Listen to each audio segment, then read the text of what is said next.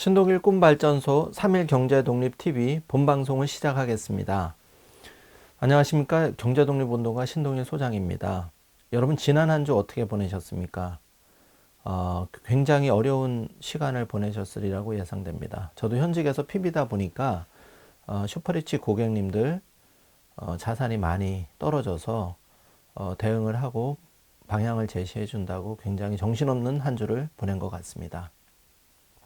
이번 시간에는 긴급 코로나발 금융위기 어떻게 대응할 것인가 라는 주제를 정하고 앞으로 이 위기가 어떻게까지 갈지 그리고 어떻게 대응을 해야 될지에 대해서 한번 알아보는 시간을 갖도록 하겠습니다. 먼저 지난주 시장 상황을 한번 점검해 보도록 하겠습니다. 지난주 미국의 S&P 500 지수 기준으로 2020년 2월 19일 3393 포인트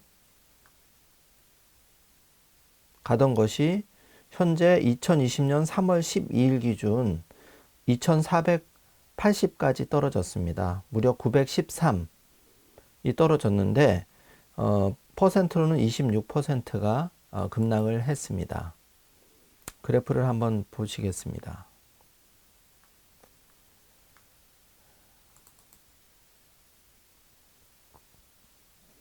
네, 지금 말씀드린 대로 2020년 3월 12일 2480으로 기록을 했고요. 그 다음에 직전 최고점은 2020년 2월 19일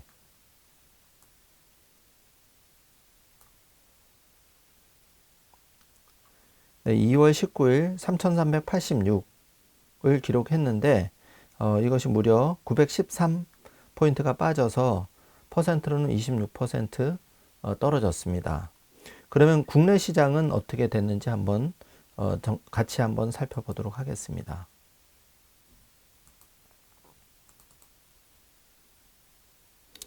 지금 코스피는 2020년 3월 12일 기준 1834를 기록하고 있고 직전에 최고 고점은 2020년 1월 20일 2262를 기록을 했습니다. 여기서 보시면 한 약 440 정도가 빠져서 퍼센트로는 19% 빠졌습니다. 즉 미국 시장에 비해서 한국 시장이 상대적으로 좀 덜 떨어졌다를 알 수 있겠습니다. 자, 그러면 이제 그 유사한 서브프라임 때 미국 시장이 얼마만큼 빠졌는지를 한번 살펴보도록 하겠습니다. 서브프라임은 2007년 3월 시작되었는데요. 2007년 11월 종가가 S&P 500 지수 기준으로 해서 2007년 10월 1576을 기록했고 지금 이 S&P 500 지수는 2019년 12월 3240을 기록했습니다. 이러던 것이 지금 이때 이제 지수 하락폭을 보면 2007년 10월 1576을 기록했는데 서프라임이 바닥이었을 때 2009년 3월에 666을 기록했습니다. 910이 무려 빠졌는데요. 퍼센트는 57% 반토막 이상이 났습니다. 이것을 간단하게 살펴봤는데 이렇게 따지면 아직 서프라임 대비해서 시장 충격은 아직 반 정도도 안 왔다 이렇게 보여지고 있습니다. 그런데 중요한 것은 이 위기가 정말 금융위기의 시작이라고 할 수 있겠습니다. 왜 그런가 하면 2020년 3월 한 달만 지금 3% 이상 미국의 지수가 급락을 했고 나스닥 지수 같은 경우에는 목요일 기준으로 해서 거진 9.9% 10% 가까이 급락을 했습니다. 잠깐 그것을 살펴보도록 하겠습니다.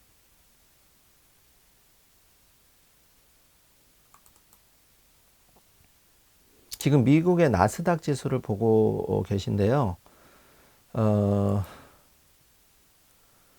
지금 나스닥 지수가 3월 12일 목요일 기준으로 해서 7,201을 기록하고 있고, 직전에 제일 높았을 때는 2020년 2월 19일 9,838임을 알 수 있습니다.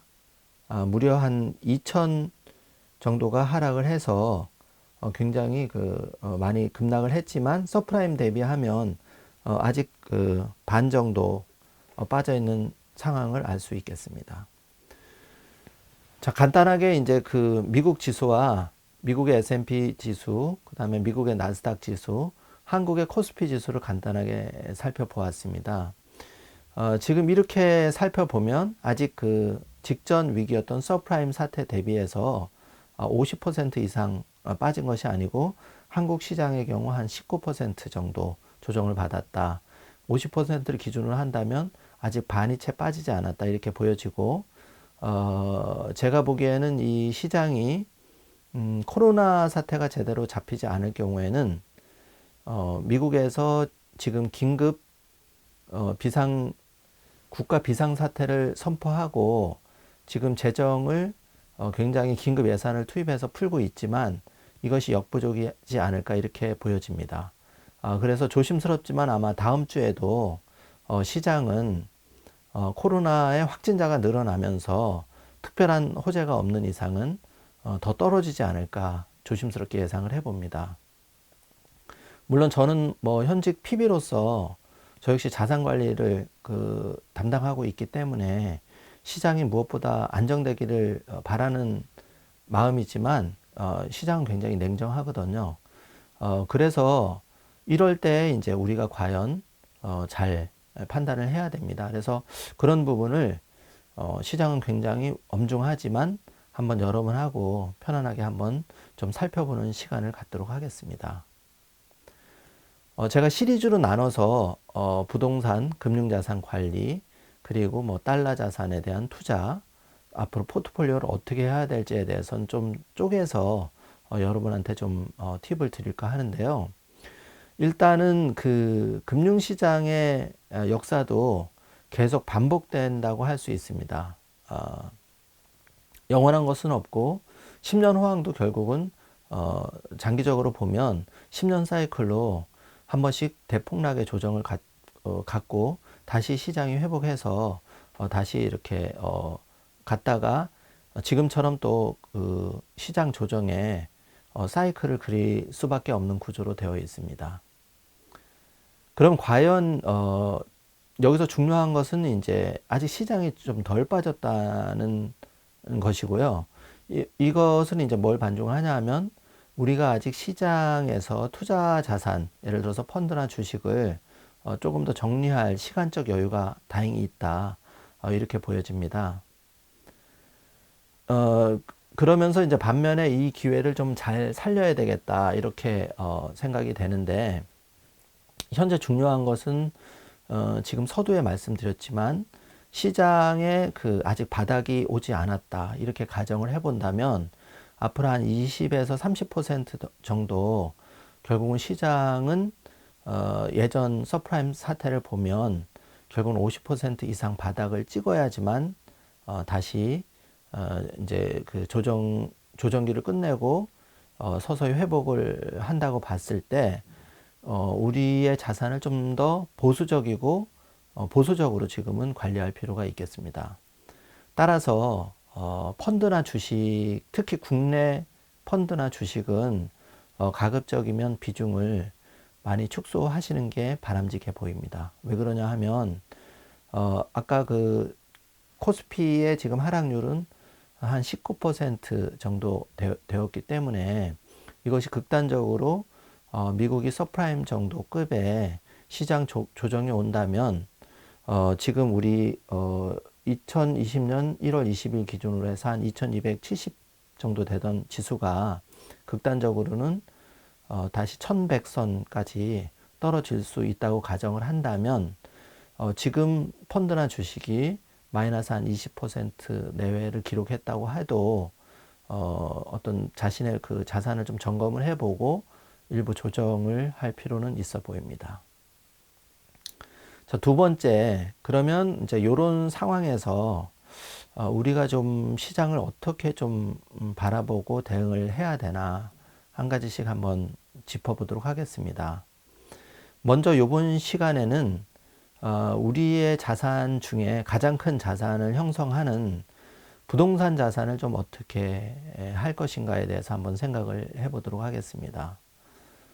지금 부동산에 대해서는 별도로 한번 더 다룰 예정이지만 대략 우리가 2013년과 2014년에 음마아파트 기준으로 한 14억, 15억 정도 하는 가격이 8억대, 9억대로 조정됐음을 알 수 있겠습니다. 그것을 보면서 지금 부동산이 특히 강남의 똘똘한 한 채가 어디까지 떨어질 것인지에 대해서는 사실 그것은 맞출 수 있는 사람은 아무도 없다고 봅니다.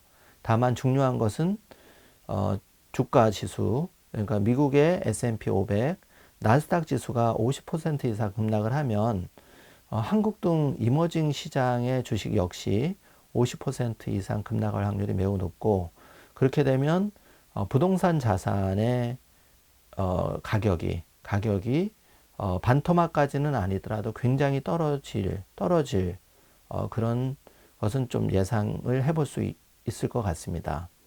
물론 뭐 저도 집을 가지고 있고 부동산을 보유한 사람으로서 이런 자산의 가격이, 지금 내가 가지고 있는 자산의 가격이 예를 들면 큰 폭으로 떨어진다고 했을 때 그것을 사실 좋아하는 사람은 아무도 없습니다. 그러나 현실은 좀 냉정하게 보지 않는다면 굉장히 위기가 닥치는 상황에서 더 큰 재산상의 손실을 볼 수 있기 때문에 지금은 적어도 부동산을 매입하는 시점은 아니다. 관망 내지는 현금을 좀 보유를 많이 해야 될 시점이다. 이렇게 보여집니다. 그 이유는 지금 우리 코스피가 이렇게 올라간 그 여러 가지 이유 중에 하나는 시중에서 사실 그 돈이 갈 데가 없었습니다. 2019년 같은 경우만 보더라도 어떤 그 펀드나 주식 시장에서 어떤 그런 투자 수익을 거진 낸 경우가 많이 없죠. 그러다 보니까 그런 자산들이 결국은 주가를 일정 부분 코스피를 지탱한 부분이 있고, 두 번째는 그런 펀드나 이렇게 그 장기적인 투자에서 그 장기 투자 대비해서 실망한 자금들이 환매 등 이탈이 돼서 그런 자금들이 부동산에 좀 과하게 쏠린 경향이 있습니다. 더욱이 정부에서 여러 가지 규제책을 쏟아냈고 대출까지 규제를 했지만 결국은 부동산 불패, 신화, 이런 이제 어떤 그 좋은 쪽에 그런 많은 분들이 부동산 쪽에 그런 좋은 돈 되는 것은 결국은 부동산이다. 이런 좀 과하리만큼 신념을 가지고 있다 보니까 부동산에 대한 자금이 계속 들어갔고 매수매도 거래는 일어나지 않았지만 사실 부동산이 과거에 비해서 10억이 한 20억 되고 20억이 35억 내지는 40억 정도 되는 그런 단계까지 이르렀습니다.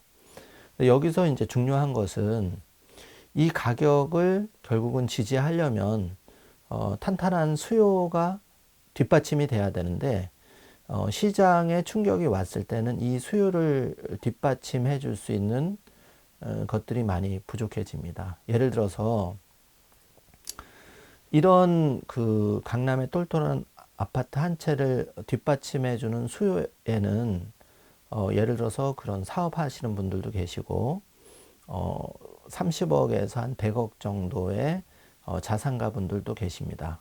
그분들 중에 사업하시는 분들이 상당히 좀 계신데 이런 분들이 지금 국내 경기가 어떻습니까? 매우 어렵습니다. 특히 코로나 사태가 1월 심화되면서 지금 뭐 멀리 안 보고 주변에만 보더라도 굉장히 지금 피부로 우리는 실감을 할 수 있기 때문에 이런 것을 본다면 사실 시장이 좋아질 전망이 거의 없다고 해도 과언이 아닐 것 같습니다. 따라서 자산을 굉장히 보수적으로 관리할 필요가 있고, 그렇다면 부동산 자산에 대해서는 적어도 지금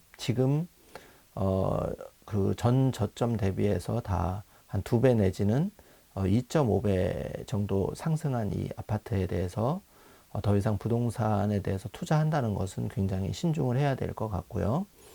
그 다음에 이제 지금 6월 달까지 양도세 일시적으로 면제하면서 지금 아파트를 처분할 기회를 주고 있습니다. 이때를 잘 활용을 하는 것을 한번 생각을 해볼 여지가 있다고 생각됩니다.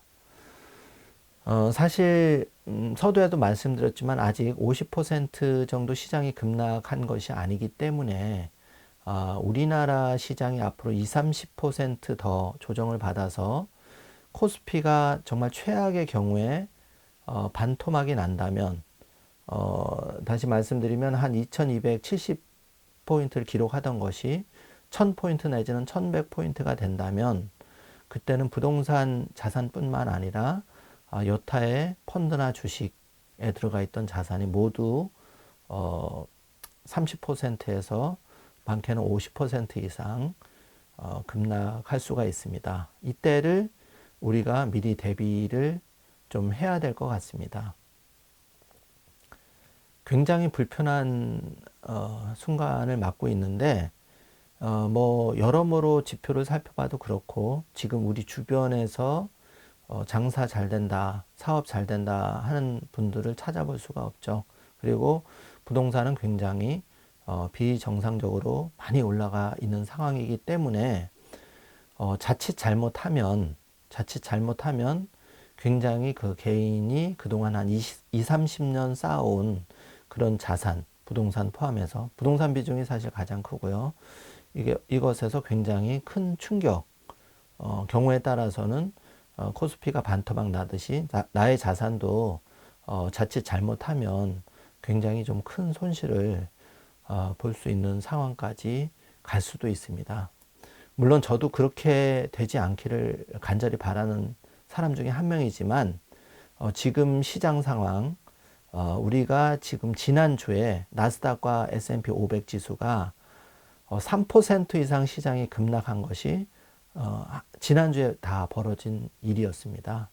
얼마나 다급했으면 미국에서 트럼프 대통령이 비상사태까지 지금 선포를 하고 지금 더 이상 금융위기로 번지지 않기 위해서 안간힘을 다하고 있지만, 지금 이탈리아 코로나 사태 확진자 수와 사망자 수가 점점 더 늘어나고 있고, 이것은 지나칠 정도로 보수적으로 우리가 시장을 좀 바라봐야 나의 자산을 좀 안전하게 지킬 수 있다. 적어도 지금은 굉장히 냉정하게 판단해 볼 필요가 있다고 생각이 되는 시점입니다. 그래서 지금은 장밋빛 정만보다는 서프라임급에 해당할 정도의, 그러니까 서브프라임 모기지 사태로 촉발된 2008년 위기의 전고점과 전저점, 그리고 회복하는 시간, 그리고 그때 일어났던 일들을 한번 좀 복기해 보시면서 차분하고 냉정하게 시장을